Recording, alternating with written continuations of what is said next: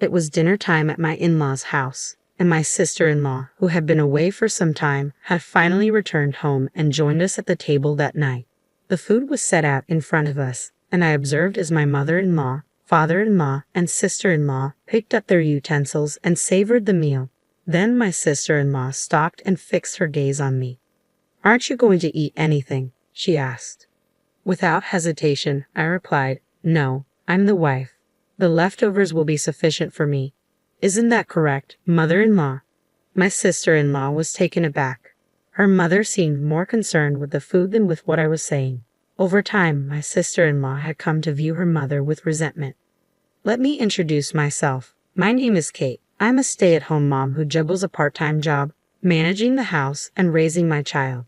My husband is frequently away on business trips, leaving me to handle things alone. Of course, I can't complain. We're in love, and he earns enough money to keep the house in good condition. My main concern, however, has always been my mother-in-law, who lives within walking distance. She often calls me over for trivial matters. 'The laundry's piled up, so come and wash it for me,' she'd say. Or, 'In the garden, grass has sprouted. In front of the station, there's a new cake shop.' She constantly requests that I run errands for her. It's only natural to need help at times. I could forgive her if she did these things once in a while, but it has become multiple times a day. Honestly, it's been nothing more than a nuisance. I wouldn't mind assisting my mother-in-law if she had a health problem or some other reason that would prevent her from doing these things on her own. However, my mother-in-law is in perfect health, save for her obesity, but she hasn't reported her weight having an effect on her ability to function normally. At my in-laws' house, I am treated as though I am a maid. My father-in-law, unlike his wife, adores me. However, he is completely unaware of the way she treats me.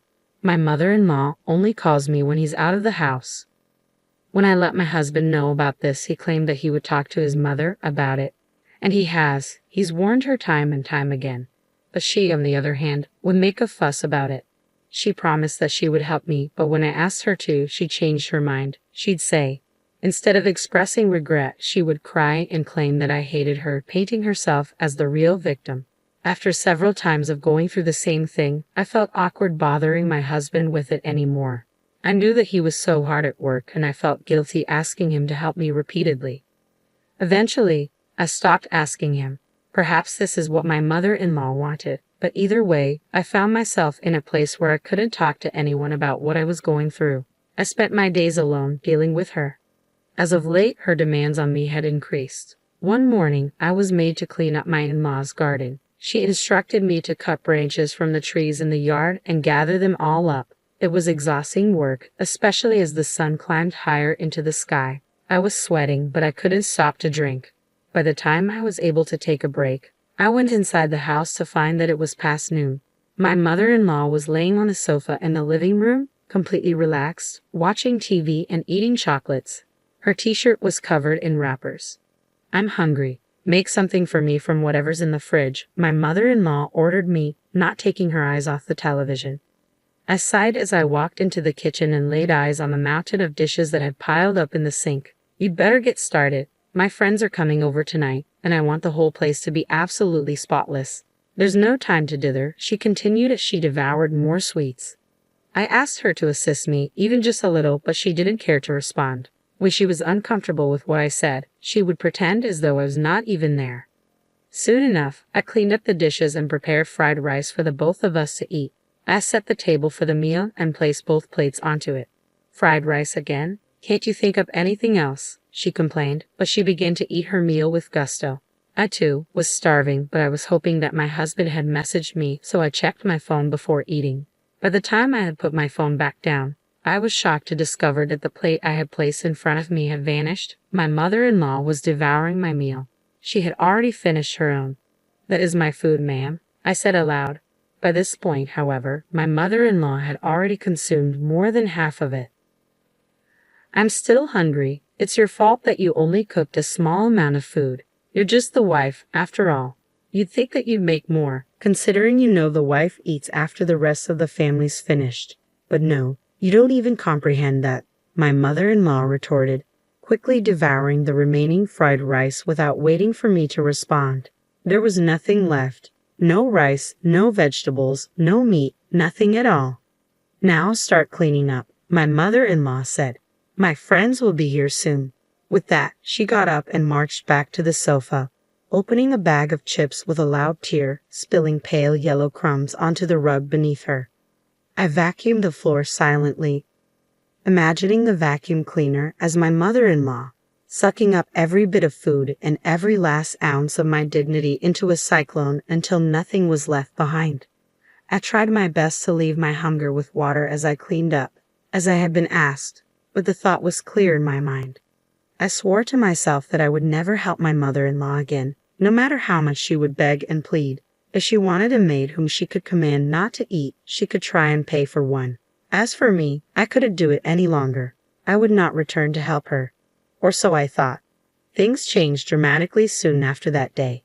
My father-in-law had passed out of work, and in order for him to recover, he needed nursing care. Unlike his wife, my father-in-law had always been a thoughtful and caring man. I'd assumed that you were going to provide us with a grandson. I was foolish to think that you would give us an heir. Absolutely foolish. When I was pregnant with my first child, my mother-in-law would say these things to me, but my father-in-law would chastise her. He silenced her when she complained about our living situation while we were building our own home. He was always concerned about how I was doing and always offered his skills and advice to us when we needed it. When I learned that my father-in-law had fallen ill, I knew I had to act. I put on my coat, determined to offer the same care in return. But the phone rang. It was my mother-in-law. You wicked wife, when were you going to show up and help me care for my husband? Don't you care at all? How ungrateful. I tried to tell her that I was on my way there, that I was going to go even if she hadn't asked me. I could hear her starting to continue her yelling, but I hung up the phone. I was already worried enough about what my future would look like. If taking care of my father-in-law meant bearing this burden a bit longer, I would do it, I thought. I went to my in-law's house to assist with his care. As expected, my mother-in-law didn't seem to take his care very seriously. After his flare-up at work, my father-in-law had become partially paralyzed on his right side. He maintained some of his autonomy and could use the bathroom on his own, but he required assistance with meals and bathing. Since this meant he needed care throughout the day, I would drop my child off at daycare and go straight to my in-law's house. I made breakfast for my father-in-law, washed sheets and bedclothes as needed, and so on. Then I tidied the house and prepared lunch. It was difficult work, but knowing that it was for my father-in-law made it much easier.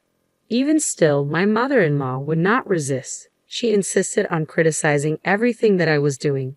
She would make a fuss into my ear while I was preparing food for my father-in-law. This is something for sick people to eat. Can't you bother making something more regular? This food isn't for you. I'm making it for Dad, I told her.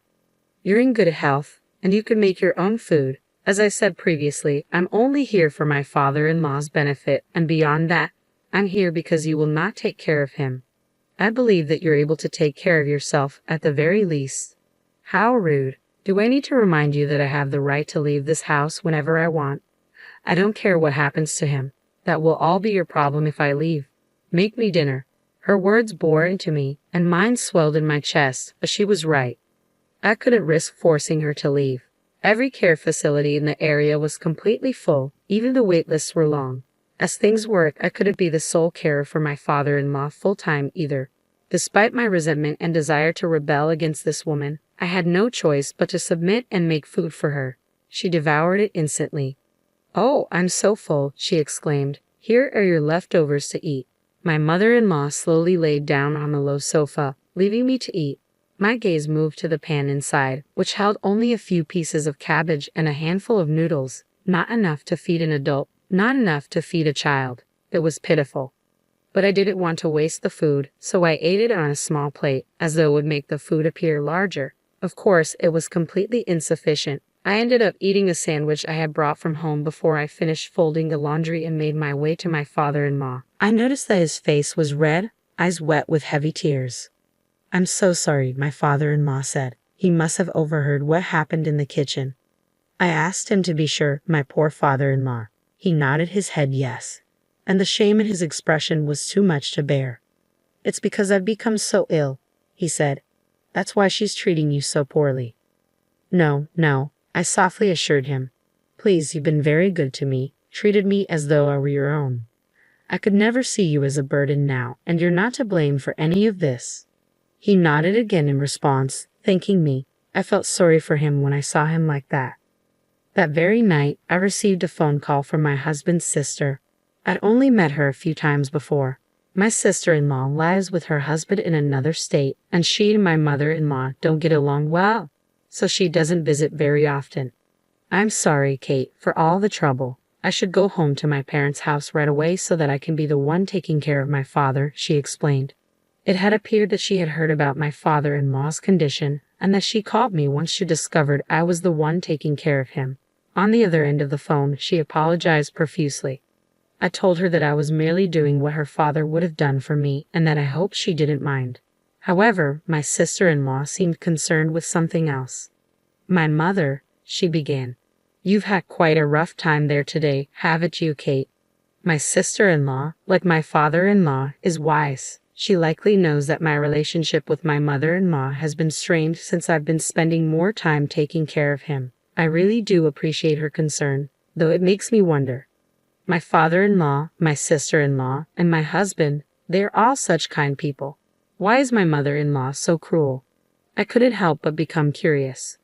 "Yes, I'm fine for the time being, though." I let the conversation drift, but my sister-in-law seemed to sense the pain in my voice. After a few moments of silence, she said, "I'll be returning home at the end of the year. I'll let my parents know so you don't have to worry about it any longer, Kate."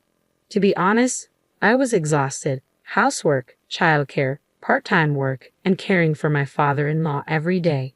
It was enough as it was, but also preparing food and cleaning for my mother-in-law, listening to her words full of hate and disappointment. I was feeling trapped. If something hadn't happened soon, I would have broken completely, so my sister-in-law's words were very reassuring to me.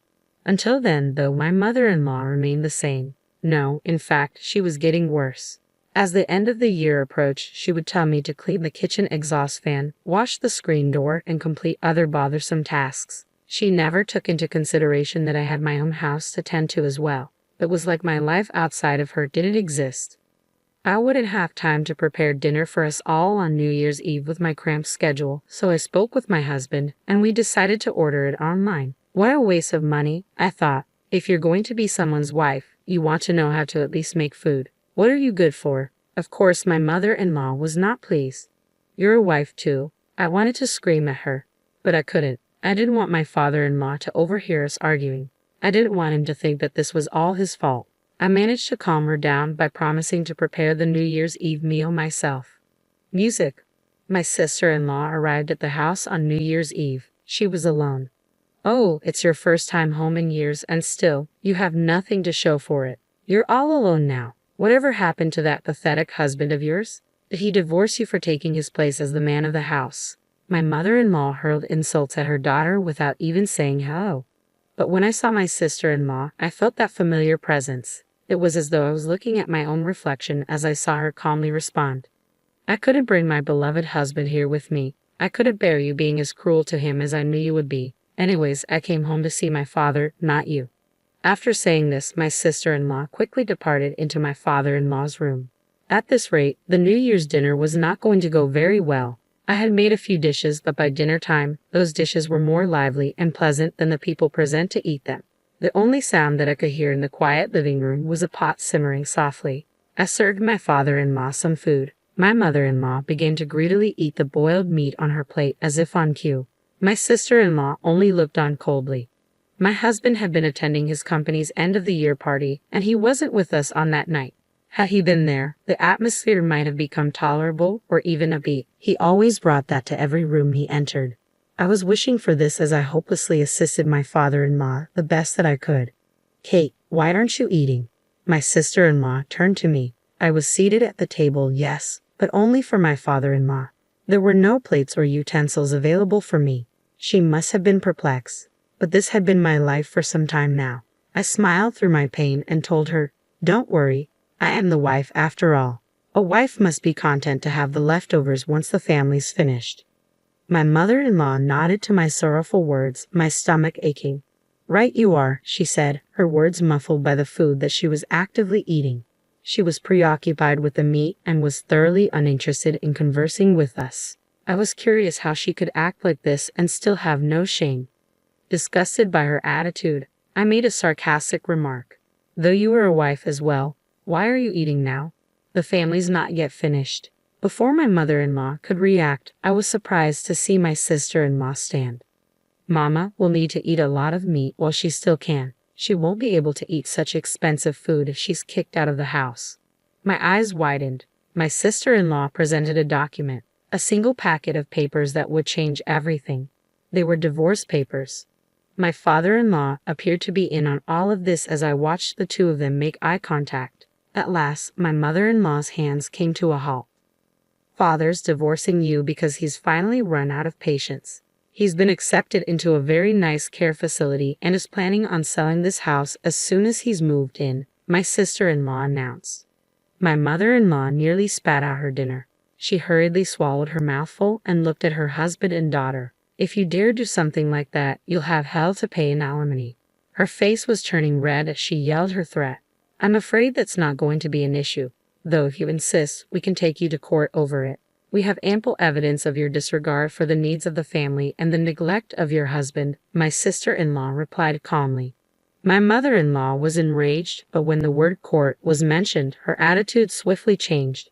I'm sure she's well aware of her disadvantage if things came to that.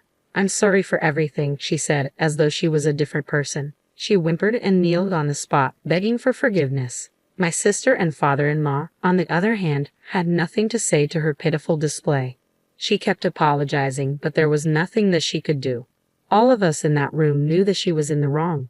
You'd better get started signing these papers. Once you're done, you can pack your things and leave the house, my sister-in-law said, relentless in her demand. The years of abuse had welled up within her, and she would not back down on her demands. My mother-in-law would be packed and gone, leaving her alone in the freezing New Year's weather. It seemed that my mother-in-law was also abusing my father-in-law on a daily basis. She betrayed him, telling him that he was worthless and that she wished he would have just passed away instead of becoming such a burden. My father-in-law was very smart. He kept track of her daily outbursts and organized them with the help of my sister-in-law. The data that they had both accumulated was crucial in fighting their case in court.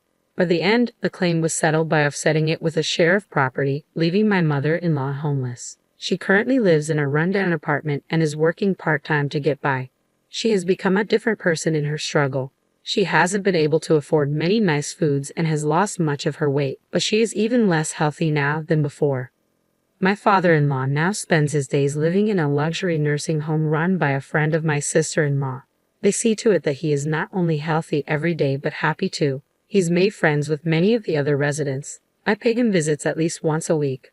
Progress has been astonishing. Thanks to his rehabilitation, he's regained more movement in the right side of his body. He smiles more frequently, laughs more. It's wonderful. I have made a friend too. My sister-in-law and I have become close and we communicate often. We both want more than anything to keep supporting my father-in-law as best as we can. We will treasure the peace that has finally come to us.